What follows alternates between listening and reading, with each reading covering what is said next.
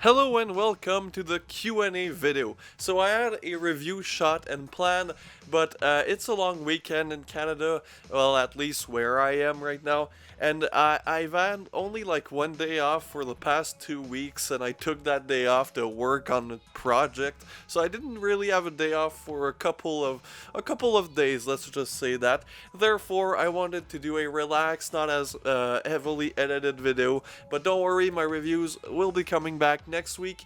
I just wanted to do this, and also like it's a Q&A video, so first of all, I want to thank you guys. This is like my 1800 subscriber Q&A video. I just want to thank you for the amazing support as of recently. Like I hit 1800 subscribers the day I posted that Q&A video, and like now we're almost at 1900, so that's super amazing. I never thought I'd get that far on YouTube, especially being so niche, but hey, let's continue let's keep building this community and of awesome people. And yeah, thank you guys for the questions. I have about 20 something to go. I'll start with Instagram questions just because well, I had a lot of those. So if you don't follow me on Instagram, my is spooky_celluloid. The O's are replaced by zeros because I'm terrible at branding, and yeah. So I'm gonna read off the questions. As I said, this is just gonna be a relaxed, chill kind of video. No heavy editing or shit like that. So the first question comes from the boys, or one of the boys, from the Sick on Cinema podcast, and they ask the question: what direction do you want to see underground horror go? And that's a very interesting question, because I think that me and the Sick on Cinema guys and Urshel, privately, we discuss the matter of where the underground horror scene will go and where we hope it goes instead of where it might be going right now. And that is, I just want to bring fun back to the underground, and we have a few filmmakers doing that right now. Steven Grischuk from Box Creep Films, Addison Bennick, who made a Psycho Ape, and of course the guys I covered, the people over there at Fake Holocaust, who made like Swabian Mill Massacre and Illbilly Holocaust. Of course, people like Lucky Soretti, Brian Paulin. Those, I think, are the people right now that I adore in the underground, because they are bringing the fun back. Now, I think as of recently, in the past few years, we've kind of seen a bend towards extreme horror fetish stuff, and I think that has done its course. I've covered a lot on my channel. I won't be covering more, honestly. If I cover fetish or extreme like fetishy stuff, it'll either be Asian or from, just an older film. Something that's more genuine to me, because a lot of the extreme horror fetish stuff that's been coming out just seems like people trying very hard to just top each other. Not in that way, not no top or bottom. I just mean like try to, be grosser or be more extreme, and they kind of forgot the aspect of like making a good or interesting film, and it's just kind of become this very dry, very repetitive basement, gimp mask, terrible music, experimental editing. To me, I'm kind of tired of that, and I understand if you still like that or whatever. That's more power to you. I'm just not in that mood. I would rather we go back to fun, splatter, B-movie type of underground films. Just just some good stuff. And please do not bring back found footage pseudo snuff films. We had the Degenerates, that was great. We don't need more attempts at people trying to be Fred Vogel, because honestly that was also a strange wave. And if I'm flailing around, it's because we got a lot of mosquitoes. So yeah, I want the underground horror scene to go back to something more fun, or more serious, or more experimental. I just want to the community to move away from extreme fetish stuff, because at this point it's just so repetitive and it's just the same thing. How many times am I gonna see a woman get puked on? Is that what I have to say? The next question is from the friend. I was gonna say the friend of the channel, but I think it's the friend of the entire community. The person who always shows up. This British lad just sniffs out channels or podcasts in the underground and they just promote it, so they support it. Peppa Chalk. Any noteworthy school stories that make you go bruh? Also, I just bought a copy of Junk, if you remember making a video on that film. Of course, I remember doing a video about Junk. Junk is one of my first reviews, I think from 2019 or maybe even 2018. It's like a Japanese zombie film that's heavily inspired by Italian 70s and 80s, mostly 80s. Zombie films like, Lucio Fulci Zombie, then Zombie 3, Zombie Holocaust. So it's an amazing mix mash of traditional like Italian zombie film and Japanese 90s indie sensibilities. So that's pretty exciting. Any noteworthy school stories?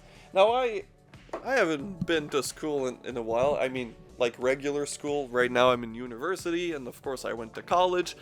But noteworthy stories, I don't. It's just dumb teenager stuff, okay? Dumb teenage shit that we've all done, that we're just so stupid to have done. Either setting your leg on fire using like axe spray and a lighter you found in like your parents' basement. Back in like the gym shower, we used to piss in bags and just throw them at the ceiling, well, under the ceiling, or throw them on the wall. We do so much dumb, stupid thing. At my 18th birthday, I made one of my friends drive me to the province of Quebec, because over there it's 18 to drink. I bought like one little can of like Budweiser, and then I just chugged that before going to class. Dumb stuff like that, it's just regular teenage. And then in college, I was very uneventful because I was too concentrated on doing my homework and staying in school. Also, I smoked a lot of weed back in the time. Back in that day, I also drank a lot of beer. Well, not just beer, actually. I didn't really like beer at that time, but I drank a lot. So, typical party stuff of just... One of my friends, I wasn't there, just got blown in a parking lot at like a bar. Fun stuff. The next question, Caveman Riffs Sam. How come Canada hates big box stores? We had a conversation, me and this person, about big box stores. I just think that Canadians, we have a consumerism kind of how do you call it, lifestyle, but I don't think it's as bad as the Americans. Also, big box store right now, they're kind of all dead, so most of our big box stores died, probably because of the internet. Look, I'm not somebody who goes out shopping. I hate going to the store. I hate doing groceries. I hate everything. Right now, Amazon Groceries, I think it's called, is still in this embryo phase where I am. Maybe not in the big cities, but I'm in like a shithole town, and like I can get cookies delivered from Amazon, and I'm glad to order them on Amazon instead of going out of my house. I just think big box stores were a thing of the past, and honestly, they should all die. Fuck the big box stores. Second question. Where else are you supposed to buy creamy flavorful butter? Look here, people. Butter is not delicious. It's gross. It's disgusting. And don't even talk to me about butter. Where are you supposed to buy your butter? I don't know. Just fucking go to Walmart and buy your 50-gallon drum of butter like a good American should. Peppa is back. Yes, they ask more than one question. Have you watched more Jean Rollin since you did your video on him, and what would you recommend to start with? I actually did buy a lot of Rollin since that video came out. Watch now, that's another story. I did watch Night of the Hunted, which is probably Rollin's most underappreciated, underrated film. It is an amazing story that's very profound about dementia and dealing with memory loss and growing old. It's honestly pretty goddamn deep, and it's also pretty goddamn depressing. The impressive thing is this was made on a porn budget and with porn stars that were supposed. So basically, Jean Rollin was like, "Hey, we're scheduled to do a porno. I'd like to make a horror movie. Could we do that instead?" And the producer, surprisingly, said yes. So he already had the actors, he already had the sets, so he created a horror film themed on dementia and amnesia and stuff like that. And it stars Brigitte Lahaie, of course, and holy, this is an incredible film. Now, would I start with this one? I don't think I would. It's incredibly slow.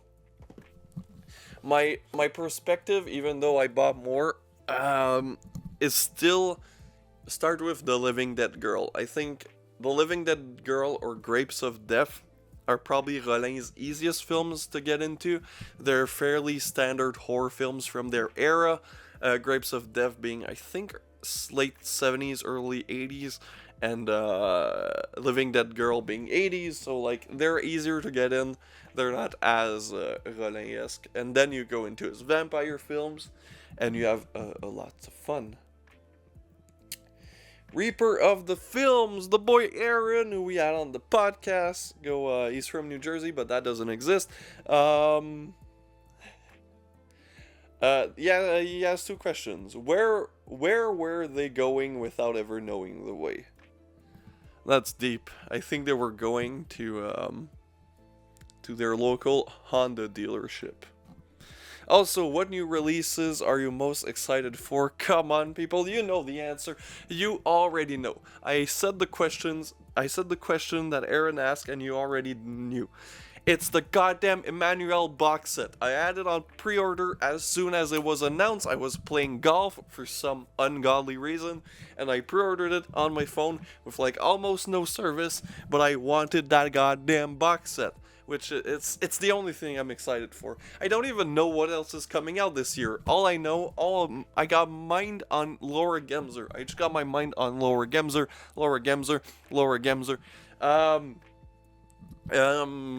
Taxi Hunter. It's coming out pretty soon in Canada. It's so expensive, but it'll be worth it. I might get it in the States. I don't know when it's coming out from 88 Films. 88 Films releasing some amazing stuff. And then you have Unearthed Films, who are releasing probably the most anticipated film for me of the year, and that is Sound of Summer by Guy Pearce, because gosh darn Guy Pearce, did he make one of the best, the question that the cinema guys had, where do you want the underground horror scene to go? More Guy Pearce, please. Please, more people like him. Difficulty Breathing is a masterpiece, and from what I heard, Sound of Summer is also a masterpiece. I'm so excited about that movie. I can't wait. I don't even want a screener. If people are watching this that have access to a screener, I don't want it. I want the Blu-ray in my hand. I want to pop the disc in. I want to surround sound that shit. I just want to enjoy that film because goddamn am I excited about it. Where do you see yourself in 10 years' time? Or what's the plan, Spooky? From Detritus nicely. This person I know of, because they always comment, but I can't fucking say their name. Where do I see myself in 10 years? I don't like to think ahead too much in life. I had a lot of anxiety and mental difficulties with that concept of thinking ahead. It brought me a lot of mental anguish throughout the years, especially a couple of years ago.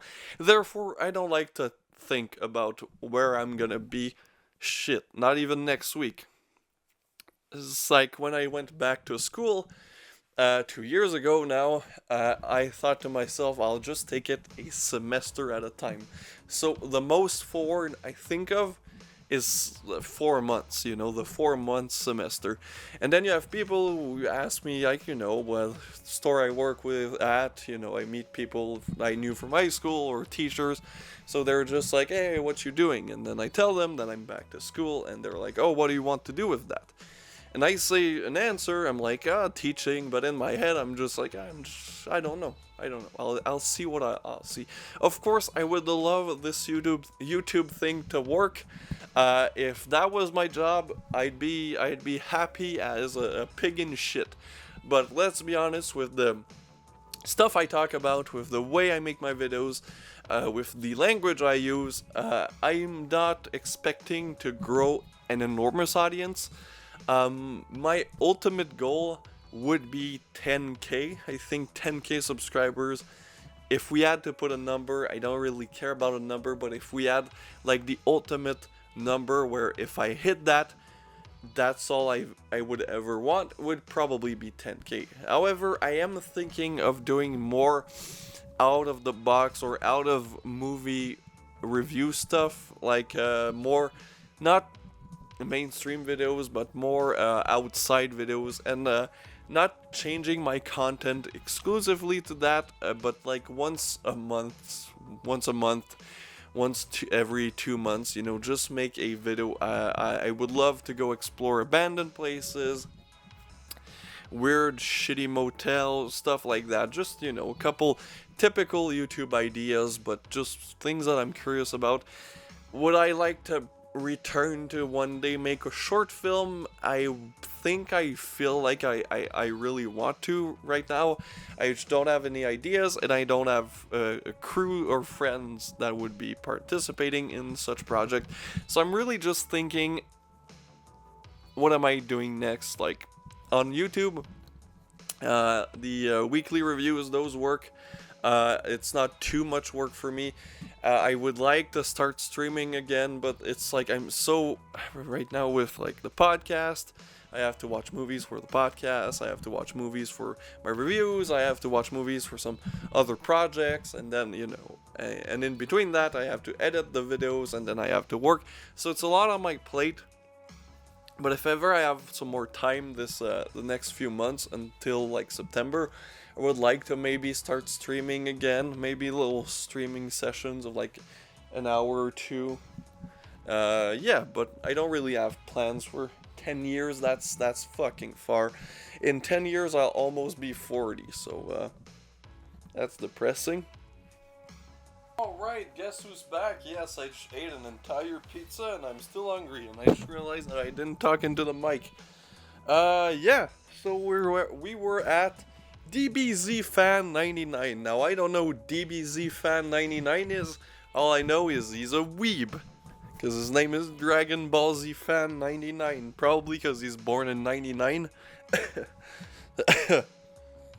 I also had a hot sauce on my pizza.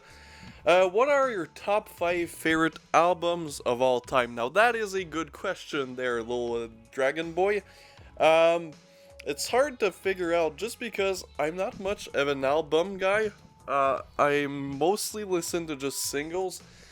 However, I did do a list, yes, because I prepped myself for just that question, which I don't know, because I have other, like, what's your top questions in this? But I'll think about those later. So, the thing, I went with the most significant albums, the most important albums in my life, throughout my entire life. So, like, my favorite album when I was a teenager, my favorite album when I was, like, in college, my favorite album when I worked, my favorite album when I was depressed. So it's all like that. And then there are some albums that I could just listen to any fucking day of the week and still jam to them. And so I don't have 5, I have more than 5. I know the question was 5, but I'm the boss here. I make the videos, you guys watch them, so I'll decide if I say 5 or 6 or 7. So the number 1, well, it's not even in any particular order, Émile Bilodeau, Rite de Passage. Now there will be a lot of these that are in French. I apologize, I don't really, I speak French, what do you expect from me? So that is an album I could just listen to over and over. And when I was thinking of my favorite albums, I thought to myself, albums that didn't really have a bad song or only had like one song I didn't care for. And Émile Bilodeau, Rite de Passage, I am proud to say that they're all slappers. I could listen to any of the songs on that album over and over again. And anytime I'm just listening to music in my car and one of his songs comes on, I never or rarely skip, depending on the mood, of course, and the timing, but I rarely skip. Now, I guess something in English so some of you can understand. My favorite band of all time is Cage the Elephant, and I was trying to think of my favorite album from them. The only issue is that every time they release a new album, that's my favorite from them. They're just such amazing musicians who just get better and better with time. But I have a special place in my heart for Cage the Elephant, Tell Me I'm Pretty, which is an album that came out, I think, when I started high school, and I could listen to those songs any day of the week. And it's tied with their kind of acoustic, kind of live album, Unpeeled. It's gonna be a theme in my favorite albums, you'll see that why. Because the other of my favorite album ever is Nirvana, of course, but MTV Unplugged. And it's not even the Nirvana songs that make me love that album so much. It's their cover, the covers that they made for that album. An incredible album. I could listen to that like until the day I die. Something from before high school, something from my childhood, something I grew up with, that John from Sick on Cinema will not be happy about, is My Chemical Romance Black Parade. Now, there are many reasons why that is an incredible album, one of them being that it's a goddamn rock opera, with a thematic story that goes from the beginning to the last song, and it's incredible. It's an incredible album, it's incredible music. I love My Chemical Romance. I almost went to see them, and then COVID happened, so that sucked. Something, I guess, from my college days, Arctic Monkeys, AM. A lot of great Arctic Monkeys album, but AM is probably my favorite, or the one that was most significant for me. Today I can't really listen to a lot of that album, just because I kind of overplayed it. I much rather listen to their earlier stuff, but AM do be slappin'. To go back to some French, my second favorite band, who I've seen live a lot, because they're goddamn close to me, because they're from Quebec, Les Cowboys Fringants, and the album La Grand-Messe, which is, again, an incredible, influential, significant album for me. That is one from my childhood, that went into teenagehood, that went into adulthood. It's just an amazing work of art, and I could listen to that. I've listened to that since it came out. I don't know when it came out, I'll actually check, because whenever it came out, I listened to that. La Grand-Messe came out in 2004. I've been listening to that album for 19 years. This album is legal to drink in Ontario, and I've been listening to it ever since it came out. I'll just shut off so you guys can't hear my goddamn Discord. Another French one, a more recent one that I've discovered in the past 2 years that I can't stop listening to, and that is Saez with his album J'accuse. French rock, very political, very good. I like it. And finally, I wanted to put a Beatles album on, because I really like the Beatles. I don't listen to them as much anymore, but for like college days, whenever I would be in college, I'd love the Beatles. But at the end of the day, a lot of the songs from the Beatles stuck with me for my entire life, but no particular album. Therefore, my last album that I love is Simon and Garfunkel Bookends. Couldn't find the Beatles. However, in high school, I listened to Bookends so goddamn much. I probably listened to that way more than any Beatle album. I'm not saying Simon and Garfunkel are better. I don't think they are. I just think that that album is pretty great. I haven't really listened to any other of their stuff. So yeah, that was a long answer. Almost 10 minutes. God damn. Also, why is the Open Casket the most chaotic, evil podcast in horror right now? Well, you see, DBZ Little Dragon Boy, I don't know. I think that me and Urshel are mental patients that shouldn't have a podcast. I shouldn't be allowed to have a microphone, especially since I have a microphone, I have a podcast that not a lot of people listen to. Therefore, I do not give a shit what I say, and I say a lot of terrible things that I have to beep out or take out. So, yeah, I don't know why I have a podcast, because it's honestly one of the most terrible idea I've ever thought of. Especially when it comes to doing it with Urshel, who also doesn't care and will say whatever he has to say. If you like somebody in the underground community, we'll probably shit on them a week after. Marta Oberkampf, I can't say the last name, because it's German, I think. Is Canada real? Yep, I can confirm. Unlike New Jersey, I've been to Canada, therefore I know it's real. Yeah, it's real, I guess. I guess it is, I don't know.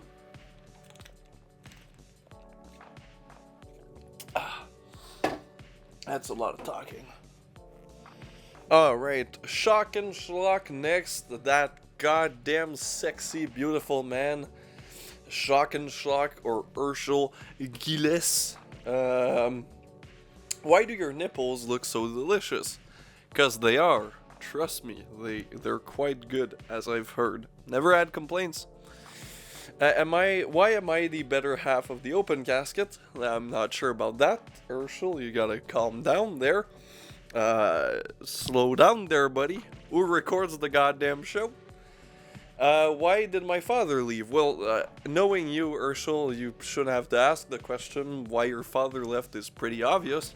You're a weird porn-addicted person who gave a 5 to Alien Beasts. I know you've since then changed your opinion, but just like 9/11, I'll always remember that you gave a 5 to Alien Beast, so that's why your father left, because you are a child of Satan and a piece of shit. Will you be my new father? I'm already your daddy, I don't need to be your father. Why do you hate Nacho Libre? Well, it's pretty clear, it's a shitty fucking movie that's so unfunny and so unbearably unfunny that you just want to Kurt Cobain yourself.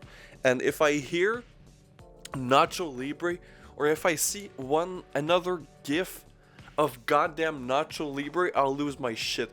I've never heard of anybody talk about that movie so goddamn much, and it's seriously, I can't do it anymore. That movie is so terrible. I fucking hate. If I see Jack Black, I'm drop kicking him in the cunt. Oh, my throat. Would you drive farther for a golden shower? Oh, Lost Boy 71. Would you drive farther for a golden shower? I'm not offering, by the way. Look, I've driven far previously, not specifically for a golden shower, but a golden shower did happen, and I drove 7 hours. So would I drive farther than that? I don't know. You'd have to be very, very, very good looking for me to drive. over 7 hours just to get pissed on. And if it's full intercourse, maybe, but if it's just the piss part, nah, man, I can piss on me myself. R.exe6 asks, fuck, mosquitoes right now are pissing me off.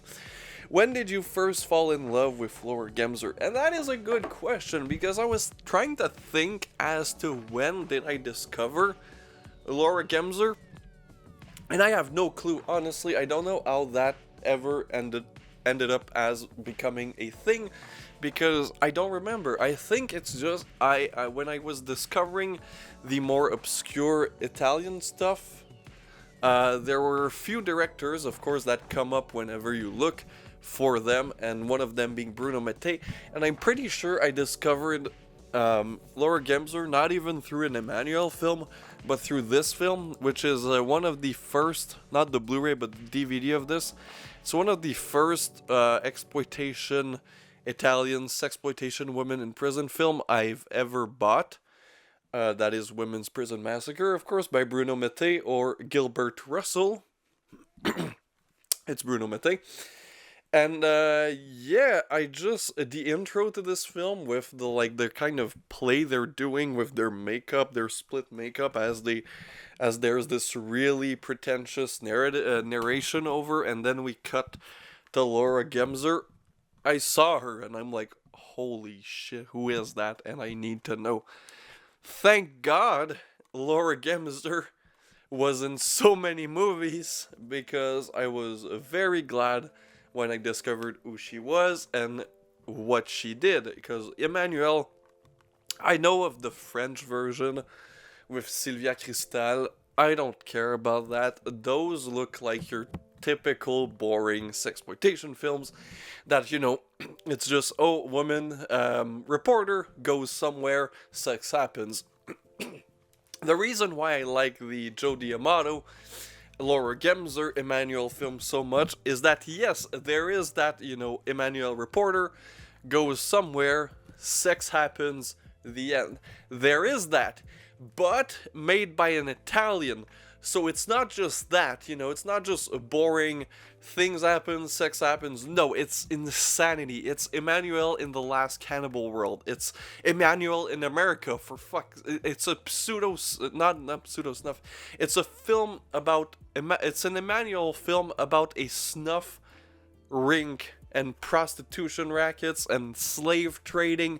It's insane, and those movies are just on another level, especially compared to the French Emmanuel films. Don't give me that pussy shit. I want the hard stuff. I want the Emmanuel in the Last Cannibal World. I want the Emmanuel in the White Slave Trade. Sister Emmanuel. I just fell in love with Laura Gemser. Of course, my light died.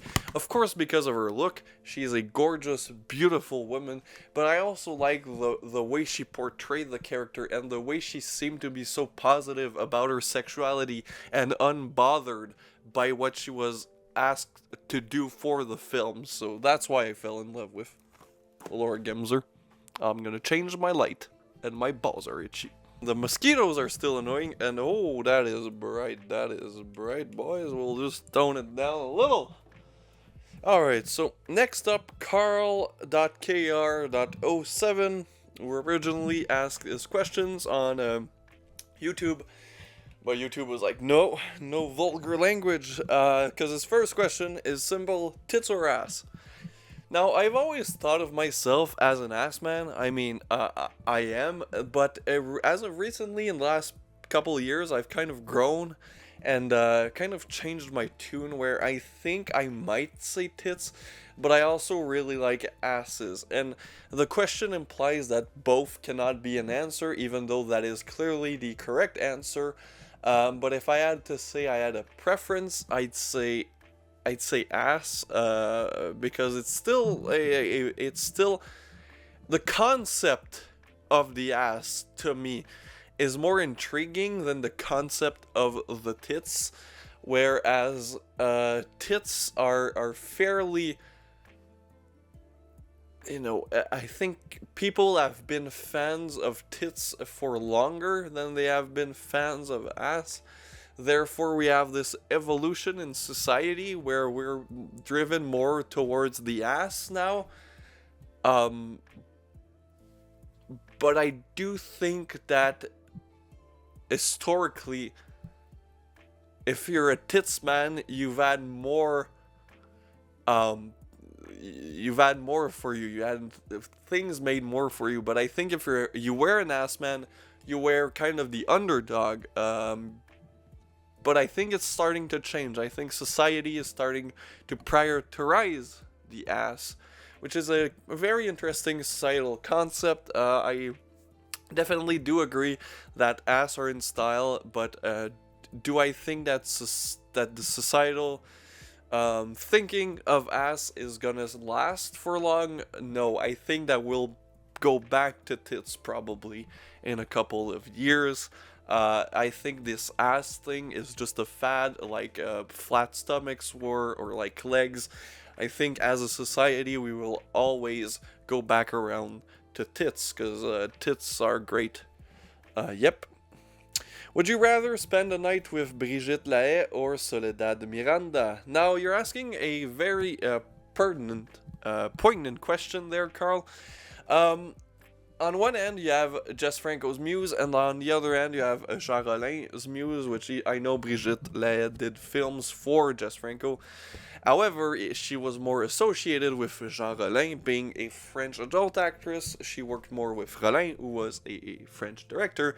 It's Soledad Miranda. I like Brigitte Lahaye, I like a lot of the films she's in, but you can't beat Soledad Miranda, who I think was just perfect for the roles she was in, and she's just also very, very beautiful, much more natural, long hair, darker hair. That personally, it's what I prefer. I always preferred the look of a Soledad Miranda. She has that little mix where she's not just white. Don't even know she's Spanish, I think, Spanish and French, something like that. Where clearly she's Spanish, so she has that spice in life, because French women, yeah, they're great, but fucking Christ, they're French from France. Also, I'm just gonna get so much trouble. I love you, people from France. Don't kill me. Also, if you had to keep one and toss the other, what would it be? Japanese cinema or Hong Kong cinema? I'd toss Hong Kong cinema. I love Hong Kong cinema, especially martial arts, category 3, but as a whole, if I had to throw out Japanese cinema, it would be throwing out, like, from this part of my collection to this. Like, I couldn't. And also, a lot of my favorite films ever, including Perfect Blue, Female Prisoner, Scorpion, are films from Japan. As to, compared to Hong Kong, I have a lot of movies from Hong Kong that I love, but I don't feel as passionate about as Japanese cinema. I thought I had more questions. They might be on another. Because I thought Jesse... Oh no, they're there. Okay. Space Ghost Andy, who we did a podcast with about Alien Beasts, fuck that movie, asks me, favorite film of the year so far. I've actually seen a decent bit of films that came out this year. However, it's still like 3, I think. John Wick 4. That movie's great. I love that movie. It's not obscure, it's pretty mainstream, but I adored that movie. And I think I've seen the Super Mario Brother movie, I've seen John Wick 4, I've seen Sisu. Sisu was pretty good, but looking back, I think John Wick 4 was a much better film. Yeah, I guess so. I also watched the Super Mario movie, but that stunk. So yeah, John Wick 4. That movie rules. And I don't really think I've seen any indie stuff from this year. I mean, Skinamarink was pretty good. I really like Skinamarink, but that technically came out last year, so same as Sisu. Midnight Crawler, Jesse Midnight Crawler, who has a YouTube channel, you should check it out. Your top 3 Japanese directors. Top 3 favorite actresses in sleazy movies. So I'll start with the easiest one, which is a top favorite actress in sleazy movies, because it's pretty goddamn obvious. Laura Gemser, number 1, Meiko Kaji, close number 2, and Soledad Miranda, the GOAT trilogy. Your top 3 Japanese directors. Now that's a insanely hard question, and again, I don't think I can just go with 3. Number 1, Sion Sono. I adore Sion Sono, and the weird thing is, I haven't seen anything from him prior to Love Exposure, which kickstarted his trilogy of hate, but I've seen pretty much everything after, except like the super recent stuff that hasn't come out yet. They're all masterpieces. All of the movies that I've seen from Sion Sono were masterpieces. So, yeah, Love Exposure, which is like 4 hours long. It's incredibly long, so I have only seen it once. And I wasn't in the best mindset, but I remember it being very good. And then you have, of course, his most well-known, his most loved, Cold Fish, which is a masterpiece. And then you have probably the most underrated one of the Hate trilogy, and that being Guilty of Romance, which is Guilty of Romance is listen, people, if you like Sion Sono stuff, Guilty of Romance is incredible. And then of course my favorite, the one that made me discover Sion Sono, which is weird because most people discover him through Cold Fish or through Love Exposure. I discovered him through Anti-Porno, which is still probably my favorite film from him. I think Anti-Porno is pretty much the perfect movie. I like that one so much. It's great, especially if you're a fan of an ikatsu kind of Roman pornos. You'd appreciate this film even more. Then, of course, we have Takashi Miike, who, come on, people, I have like a wall full of his stuff. No, not a wall. I have a couple of his movies. Highlights of his filmography being, of course, The Wonderful Visitor Q that I talked about, Audition. Of course, more recently, there was Blade of the Immortal. Then you have the classics, like Ichi the Killer. And then you have one that is probably his most underrated, is Black Society trilogy. Shinjuku Third Society, very good. Rainy Dog and Ley Lines are masterpieces that not enough people talk about. Those are truly some gems of Japanese cinema. And of course you have Dead or Alive, like Takashi Miike. There's a reason why he's so beloved. And then for like 3, I don't know, it's Shinya Tsukamoto.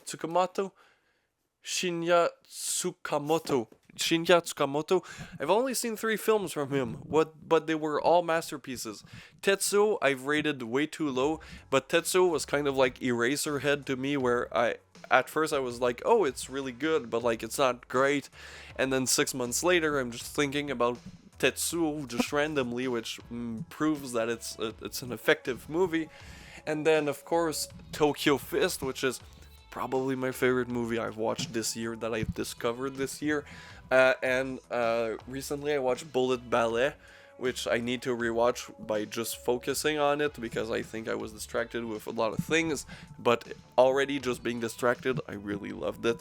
So Tsukamoto is great, but there's another director who I don't remember the name of, but he's been just sticking in my head. He's made 2 movies that I've rated a 10 out of 10. And that is... Sorry, I'm really bad with names. Yasuzo Masumara. Irezumi, which is... It's fucking... I need to make a video on this. It's... I love this movie. This movie, it's a masterpiece. And then, of course, I've already made a video, the film that made me discover the director, and that is Blind Beast. Blind Beast is... Oh my god, I love this movie. It's so fucking good. It's so fucking good. And then I have this one that I've yet to see, but it's probably gonna be a masterpiece, and it's like Red Nurses. And it's just... They bleed just... I love those movies. And of course... the director that made my favorite Japanese film of all time, which I don't remember the name. I never do, I'm sorry. But he kickstarted this series. And of course, it's not gonna be written. Oh yeah, Shunya Ito. He made 3 of the female prisoner Scorpion movies, and they're all incredible.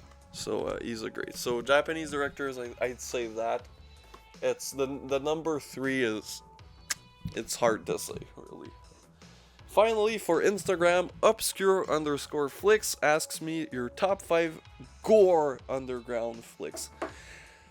Now that's a good question. I haven't thought of that one as much as the other, just because it's hard for me to define underground gore flicks. I think I have a very vast definition of underground. To me, everything that isn't a mainstream is more underground. So like for underground gore flicks, man, it's hard for me not to say the Hong Kong category 3 stuff, the Ebola syndrome, the Untold Story, the Germans, of course, recently, Hillbilly Holocaust, whoa, fucking great. I've seen Violent Shit 3 as of recently, and I guess that's an underground gore film, that would probably be up there. The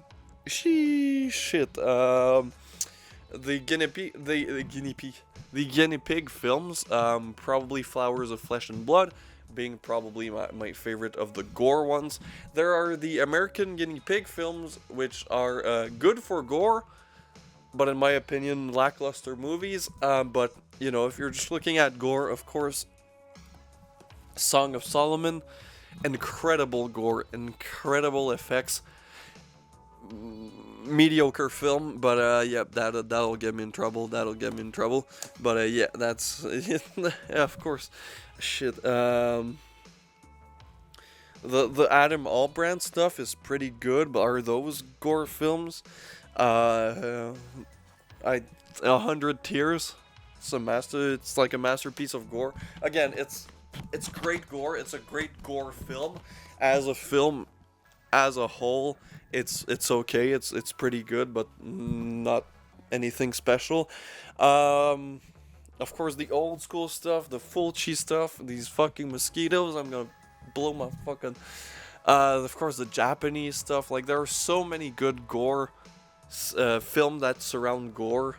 Ryan Nicholson, man, if Gutterballs, is that even considered a gore film? It's gory, but it's a slasher. Sheesh, if we're talking about I like Live Feed. A lot of people don't. Even Ryan Nicholson, I think, would say that it was far from his favorite, but I like Live Feed. And if you're looking for gore, that has gore. I don't know, man. There's so many. I can't think of any specifics. Yeah, there's a bunch of gore stuff. Yeah, like the human pork chop. That's not really gore film. There's just a lot of good films with a lot of gore. So gore centric, I guess, would be the better way to describe it. Alright, the YouTube questions. Now I just gotta go on my channel. I'm almost done, people. These fucking mosquitoes, I swear to God. I only have 6 questions on the YouTube, and I think on the YouTube, since I posted it as a short, and the short algorithm is kind of stupid, and they just blew it out of proportion. The algorithm short. So there's 2 questions that I'm pretty sure aren't from subscribers. I think they're just assholes who randomly commented on a short. And if you're not, I'm sorry for calling you an asshole. But with questions like, I have a question, is Donkey Kong gay? And then, how Ohio do you think I am judging my profile picture? Look, you look pretty fucking Ohio, because just like Ohio, I don't want to be near you. Alright, now to the real questions. Vigilisphere, OG subscriber, been here since day 1, almost. Which movie made you feel uneasy, uncomfortable, and difficult to rewatch? There are a lot of films that made me feel that way. A lot of them I have covered on my channel, so I don't really want to go more in depth. However, last week, I think, was it last week? No, the week before. Last week I didn't really watch any movies. I watched Detention which is a Taiwanese film based on a video game, and that it's not a good selling point saying that it's based on a video game. But this is incredible. It's an incredible film, and it's a very difficult to watch because it deals with serious historical facts about the White Terror era in the 60s in Taiwan. It's a haunting film. A lot of the visuals are incredibly scary, and it sticks with you in a way that extreme cinema doesn't, where it just sits there, and it's just a creepy imagery. I'd highly recommend this one, especially if you're a fan of the video game. That would probably be even better. But other than that, other than like typical stuff like Solo, of course, is really difficult to rewatch. It's difficult to watch.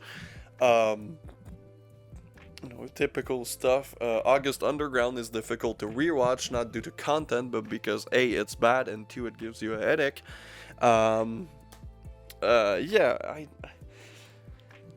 It's like not a lot of movies. That's the thing. Not a lot of movies make me uncomfortable for like the reasons you'd think of.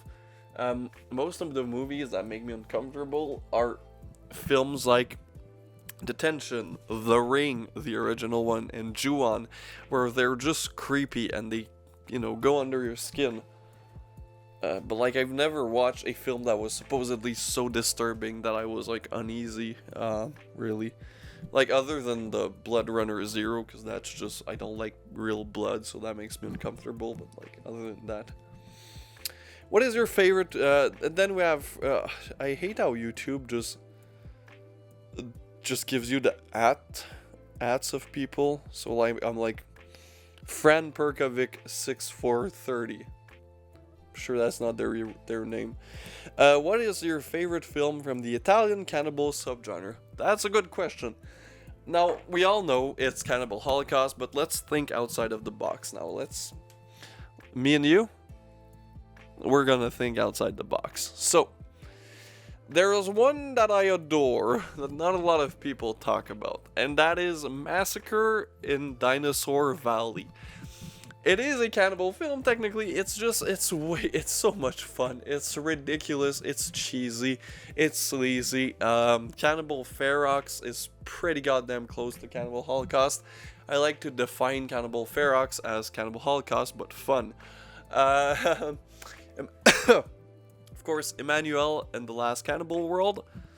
It's an Emmanuel film, come on. It's amazing. And then one that not a lot of people think of as a jungle cannibal film is Zombie Holocaust, which is super fun. Do you read any books about similar subject matter? I'll already answer. No, I don't really read any books that have to do with... I don't read fiction. There is a French-Canadian author called Patrick Sénécal who writes fiction, who I appreciate very much. But other than him, I don't read fiction. I read books about films and history books. Then he goes on to say, by the way, you should check out the author Raph James White, the best extreme horror writer out there. I'm just not really into fiction. That's nothing against the people who write fiction. I'm not into it. 7 Worst ask, why are you so cute and always take crap on your appearance? Well, thank you for calling me cute. I don't think I'm particularly cute, nor do I think I'm ugly. I think I'm sitting there in the middle as just a average looking man. Your average looking white man who could burn a cross in your lawn, but I won't do it because I'm not racist. I just look like I could.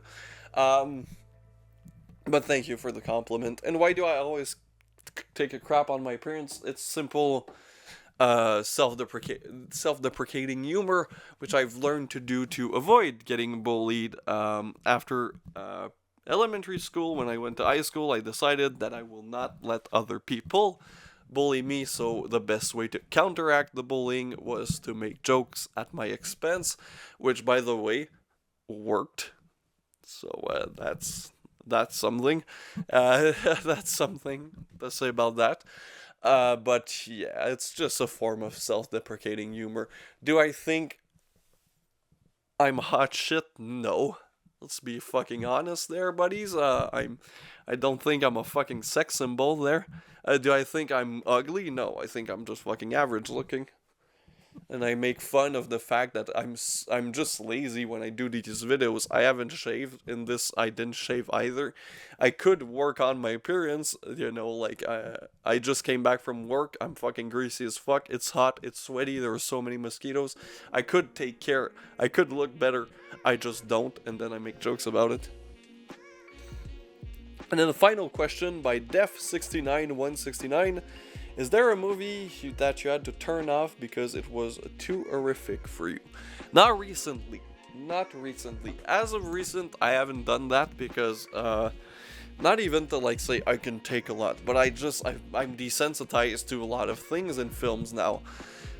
When I was real, like, teenager and I started to get into these types of films, I watched Gaspar Noé's I Stand Alone, and I had to cut that short. The marital abuse, the physical abuse while she was pregnant, just got to me so goddamn much. I don't know why, because I make dead baby jokes a lot, especially at the expense of others.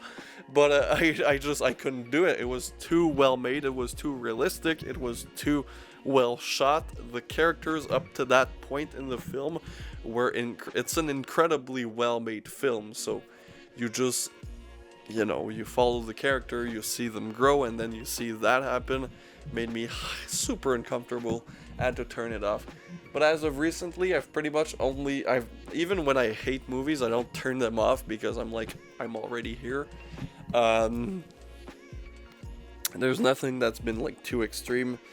There are movies that are fucking annoying that I wish I could turn off, that being August Underground and movies like that. A lot of Rob Zombie films are just people yelling at each other, so like those I want to turn off, but not due to content, but due to how the content is displayed.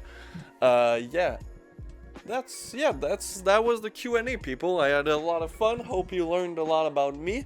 Now I gotta go edit this down, so see you guys later.